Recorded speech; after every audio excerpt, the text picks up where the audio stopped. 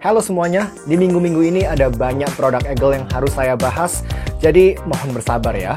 Kalau video-video yang saya post di minggu-minggu ini bakal banyak nge-review produk Eagle. Di video kali ini kita akan bahas smartband terbaru dari Eagle, Eagle Farve, smartband budget yang dirilis oleh Eagle di bulan September 2023 ini di harga Rp259.000 dan datang ditemanin sama kartu garansi, kertas petunjuk dalam bahasa Indonesia, lalu ada kabel charger tipis minimalis 2 titik dengan endpoint USB-A, dan terakhir smartbandnya sendiri yang tersedia dalam 2 varian warna, hitam maupun putih. Meskipun varian warna putih yang ada di saya ini jatuhnya lebih ke arah krim ya, krem gitu. Dan di video ini saya akan ceritain pengalaman saya selama memakai Eagle Farve ini selama kurang lebih 1 bulan sampai 1,5 bulan terakhir dengan keadaan terkonek ke HP Android saya. Jadi disclaimer dulu nih, saya nggak pakai iPhone ya, saya bukan pengguna iOS, dan sejauh saya pakai selama 1 bulanan terakhir ini ada hal-hal yang saya sangat apresiasi dari smartband ini, bahkan saya cukup amazed buat harga 250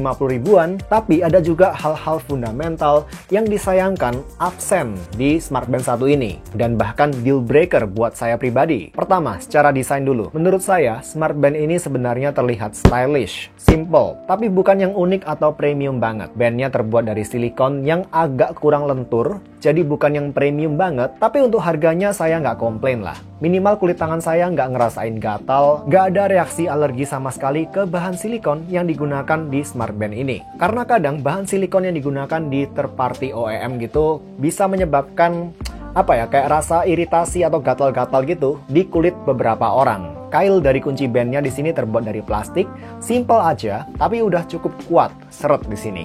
Dan behold, mari kita lihat fitur utama dari Eagle Farve ini, layar AMOLED berukuran 1,1 inch di harga 250 ribuan. Meski bezel sekitarnya di sini lumayan tebel. Kalau nggak mau terlihat tebel nih, kalian bisa tinggal atur aja wallpaper dari smartband ini yang punya pinggiran warna hitam. Jadi bisa terlihat lebih seamless. Mengingat ya, ingat ini layar AMOLED, kalau dia menampilkan warna hitam berarti pixelnya lagi beristirahat, nggak nyala. Dan warna hitamnya bakal berasa legam banget, natural banget. Jadinya ya nggak berasa kayak ada pembatas gitu antara layar dengan bezel.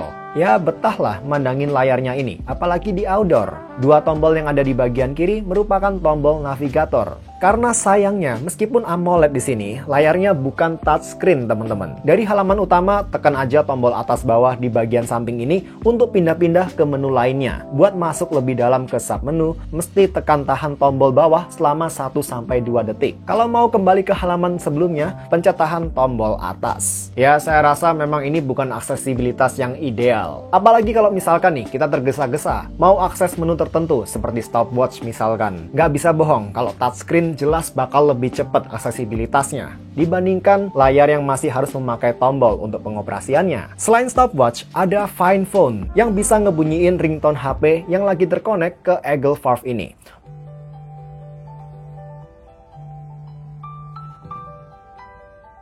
Lalu ada Always on Display yang lagi-lagi saya sangat apresiasi ada di smartband budget, meskipun tentu bakal berpengaruh ke battery life-nya. Tanpa Always on Display di sini, Eagle Farve saya ini bisa bertahan saya pakai selama 9-10 hari.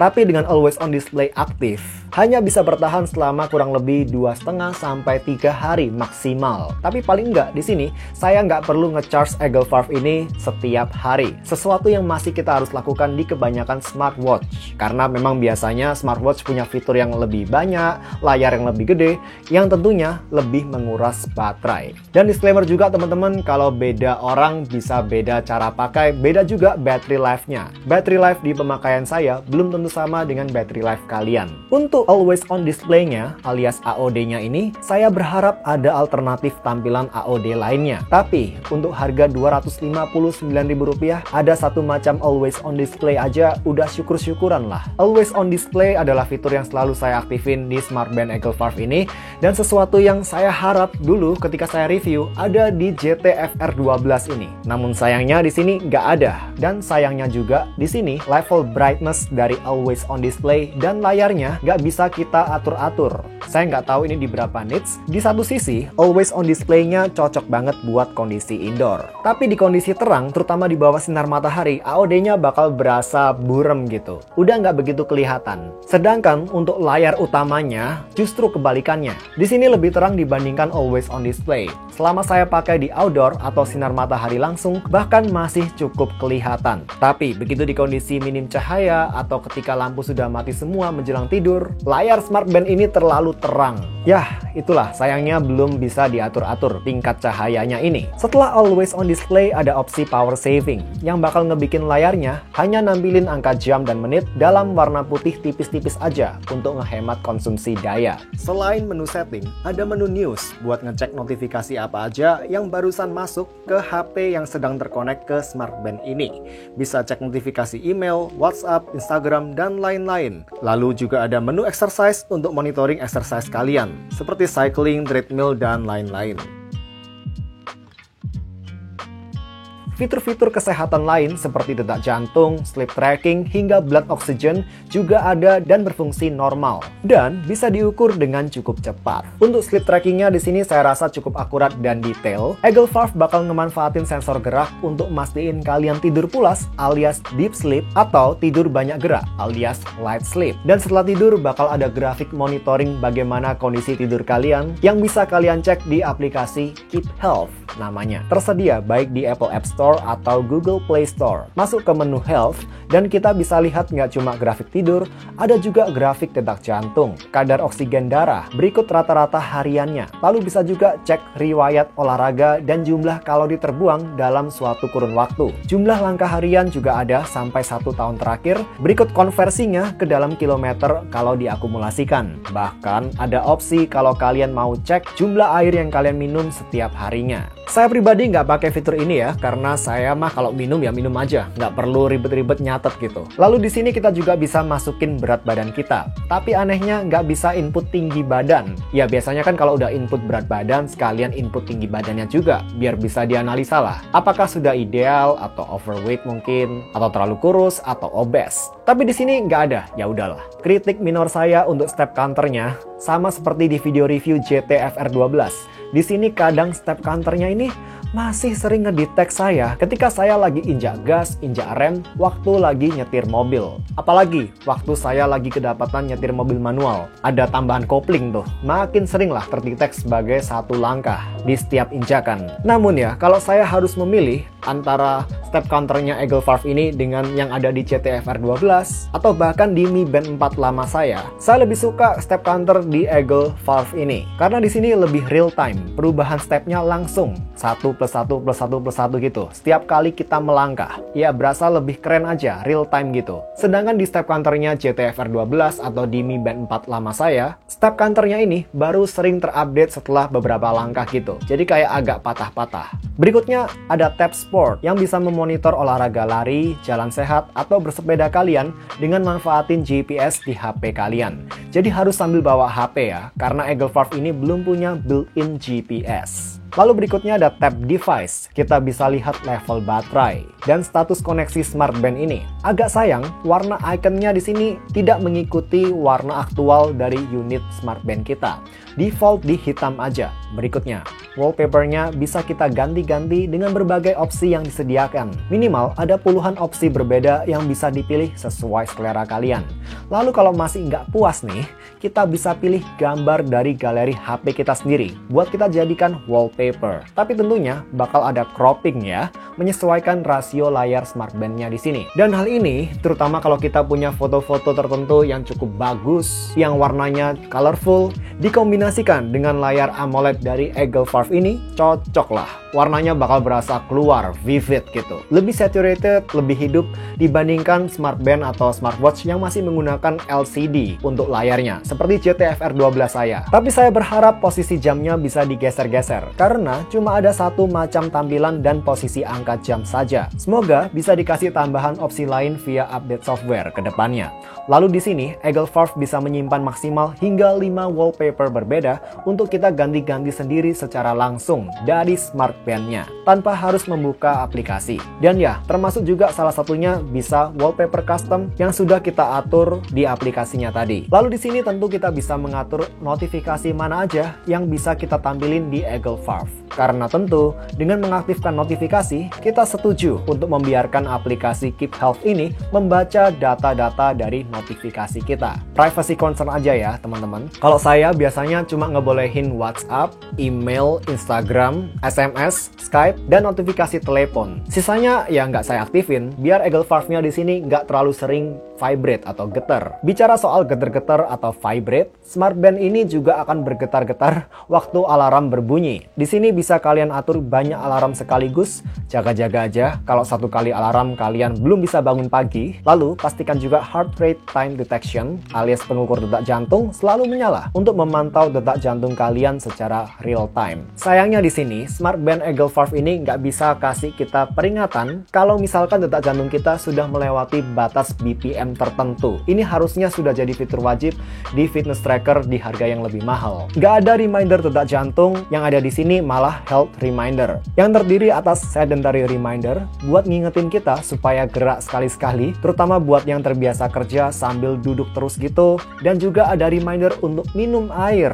Buat yang sering lupa minum air nih, ini fitur yang saya rasa cukup membantu biar nggak dehidrasi. Semuanya bisa diatur di sini, tinggal set aja mau di jam berapa aja untuk remindernya atau setiap berapa menit sekali. Di pengaturan lainnya, kita bisa atur target langkah harian. Di sini saya aturnya ke 6.000 aja ya. Segini aja saya sering nggak dapet. Lalu ada fitur Raise Wrist to Wake Screen buat nyalain layar Eagle-Valve ini ketika kita ayunkan layarnya menghadap ke kepala kita. Sayangnya, wrist detection-nya di sini termasuk agak lambat, agak kurang sensitif, sama seperti komplain saya atau kritik minor saya untuk GT-FR12. Butuh putar lengan secara lebih agar terdeteksi, dan kalaupun terdeteksi kadang bisa cukup lambat. Lalu sama seperti di GT-FR12, di Eagle-Valve ini juga ada kamera kontrol. Jadi kita bisa gunakan Eagle-Valve ini sebagai tombol shutter. Di GT-FR12 ketika saya review dulu, kualitas jepretan kamera via aplikasinya kurang oke, terutama untuk processing di low light. Sedangkan untuk jepretan di aplikasi Keep Health-nya ini dari Eagle-Valve, saya rasa hasil jepretannya processingnya lebih baik, better, daripada aplikasinya GT-FR12. Dan untuk orang-orang yang menggunakan atau menjepret foto sana-sini secara casual, harusnya udah cukup oke lah. Tapi buat orang-orang yang suka pixel peeping seperti saya, bakal masih belum memuaskan. Beda sama hasil processing kamera utama saya, lumayan jauh sih, terutama di low light. Ngomongin soal low light, saat keadaan sudah gelap, lampu dimatiin di malam hari, saat kalian udah siap tidur, kalian bisa atur Eagle-Valve ini ke Do Not Disturb alias mode jangan ganggu. Otomatis di mode ini Raise to Wake Screen alias wrist detection nggak akan berfungsi. Jadinya kalian nggak perlu khawatir bakal silau gitu ya. Kalau kalian lagi tidur, ngangkat tangan kalian tiba-tiba gini, nggak akan nyala. Dan juga semua notifikasi HP yang masuk ke Eagle-Valve nggak akan bikin Smart Band ini bergetar, biar nggak ganggu tidur kalian. Kalian bisa jadwalin juga mode Do Not Disturb ini mau diaktifin dari jam berapa sampai jam berapa. Kalau saya set di jam 11 sampai jam 7 pagi. Untuk mode olahraga yang disediakan ada 20-an lebih untuk memonitor kalori terbakar dan detak jantung selama kita berolahraga. Berbagai jenis pilihan olahraga dasar sudah disediakan di sini. Kalau saya selama ini cuma pernah pakai buat lari atau treadmill aja sih. Lumayan bisa lah kasih info kalori yang udah kita bakar. Akurat atau enggaknya saya nggak bisa pastikan juga ya 100% secara saintifik, karena kalau kalian mau kasih saya Apple Watch 9 yang baru rilis kemarin itu aja, saya juga masih nggak tahu bagaimana cara menguji akurasi perhitungan kalori di Smart Band atau Apple Watch series tersebut. Ya percaya aja lah sama perhitungan kalori terbakar yang ditampilin sama Smart Band kita, biar semakin termotivasi aja gitu olahraganya kalau udah ngeliat berapa kalori yang terbakar. Lalu untuk satuan panjang dan temperatur bisa diatur mau mengikuti internasional atau British. Lalu bisa atur juga format jam, mau 12 atau 24, dan terakhir kita bisa pilih bahasa yang kita pakai di Eagle Valve ini. Di sini tentu saya pilih English karena nggak ada bahasa Indonesia. Di akhir video, sebagai bagian dari kesimpulan video ini, saya cuma bisa bilang kalau overall Eagle Valve ini recommended kalau kalian memang lagi cari smartband dengan layar yang cakep. Di sini udah pakai layar AMOLED, hitamnya ini legam banget, dan juga udah ada fitur always on display di harga budget. Untuk Rp259.000, smartband ini saya rasa cukup kompeten lah. Apalagi layar adalah salah satu aspek yang paling bisa kita rasakan secara langsung kualitasnya, yang kita lihat paling sering dari suatu produk smartband. Tapi tetap aja smartband satu ini punya kekurangan-kekurangan tertentu. Misal, kalau kalian butuh display yang lebih besar dari sekedar 1,1